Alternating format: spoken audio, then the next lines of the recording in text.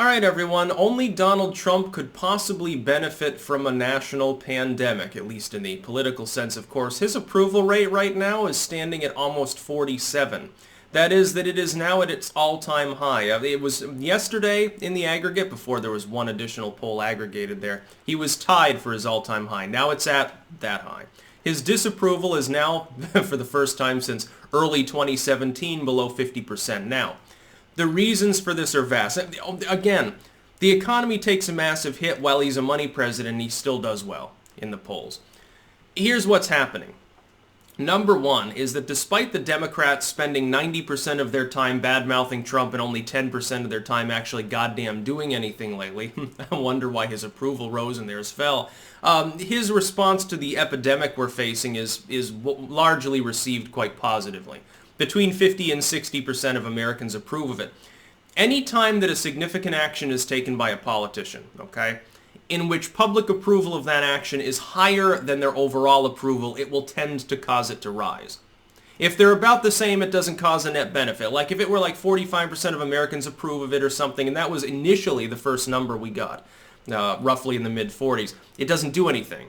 He was, sort of at 44. Now he's rising up towards 47% approval. This also represents something else. He's cracked through the ceiling that he had perceived of for his approval. Just slightly, but he's managed to crack that level.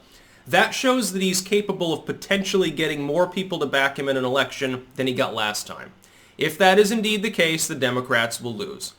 Because he'll probably win even if he's functioning at about the same relatively mediocre electoral capacity, just based on increased turnout. Because, of course, the Democrats overstretch so much, I can't imagine that their turnout's going to be able to match his. Now, if you look at the primary results, yeah, the Dems are up. The Republicans are up a lot higher. There's a reason. And when you run unopposed and still more people are turning up to vote for you, that says something. It says that there's some fervor there. I think that the thing that makes him most angry right now, the thing that makes him most happy is looking at these polls. The thing that makes him most pissed is he can't hold rallies. Because he's the kind of person that wants to have 2 or 3 of those love fests a day. It's like Joe Biden, it's like he'll go into the broom closet for 6 days out of the week and just sleep, and 1 day a week he goes out to campaign. Bernie, it's like he holds a couple of rallies throughout the week. Trump's out there 2 or 3 rallies, sometimes in a day. There's a huge difference in the work ethic as well. I think the other reason is because this economic crisis is artificial, number one, and number two, at least partially being blamed on the Dems. Trump's initial response to this pandemic was sort of to shrug it off and then simply to implement a travel ban.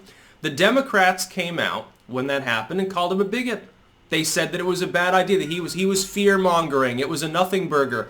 Their response to the pandemic was lackluster. And their response and the response of the legacy media at first was to declare that you were a fearmonger if you prepared or you cared. The fact is, therefore, that when the Democrats say Trump isn't taking it seriously enough, the $2 trillion stimulus aside, he's not taking anything seriously, I suppose.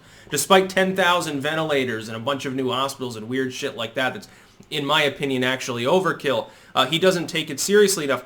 But they didn't take it seriously for the first 2 fucking months. They only started taking it seriously when Trump tried to calm people down and say, look, this isn't Armageddon, we're going to do the best we can. He did exactly what a president's supposed to do. It's about perception, it's not about reality. The president doesn't have a magic wand to stop epidemics. All he can do is keep people from panicking. That's his goddamn role. That's a fucking job description. Shutting down travel to a heavily infected part of the world to slow things down was the best idea of his whole fucking career. At least since repealing the ACA mandate, of course.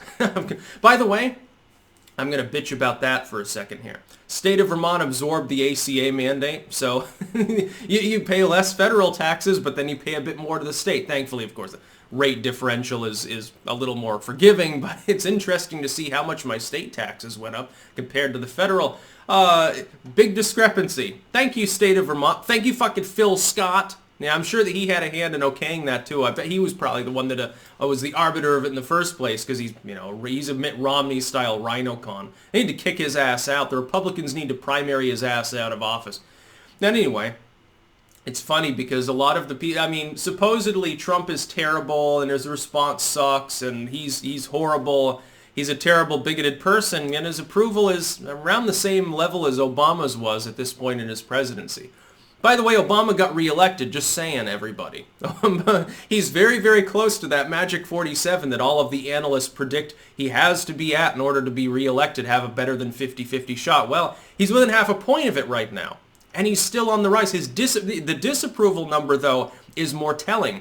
His disapproval number is now near its all-time low. The all-time low before was within the first few weeks he was in office. He's never been this less unpopular. Yes, there's still a gap there, but it's a very, very small one at this point.